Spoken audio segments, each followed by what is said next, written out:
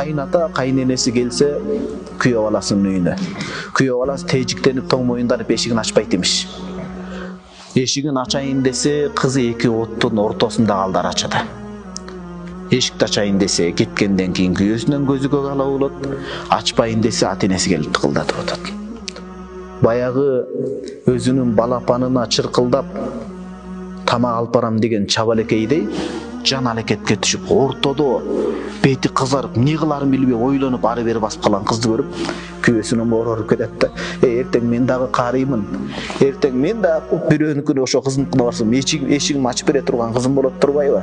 Эч жака батпай калганда кел атаке деп жандай турган ата деп сого турган жүрөгү бар кызы болот турбайбы деп кайната кайненесин жакшы каршы тосуп алган экен да. Ошон үчүн биздин кыргыздын кыздары өзгөчө. Мындай өтө арзан болбош керек, кунун билиш керек, тарбия бериш керек. Акталада да айттык, саны бар, сапаты жок досторуңузду жыйыштырыңыз. Керээли кечке жүргөнүңүздү жыйыштырыңыз. Келип кызыңызды, жумушуңузду шултоо кылбаңыз. Жаныбар деле багып атат. Жаныбар деле баласын багып атат. Байлыкта акчаны санап берип койгонуңузду милдет кылбаңыз. Тарбия бул. Курсагын кампыйтып толтуруп коюу менен кийимин бүтүн кылуу эмес. Аталык милдет эмне билесизби? Өзгөчө эркек бала одур-бодур өсө берет. Кыз бала үчүн аталык мээримдүүлүгү баарлашып, кыз ушундай чоңоюш керек.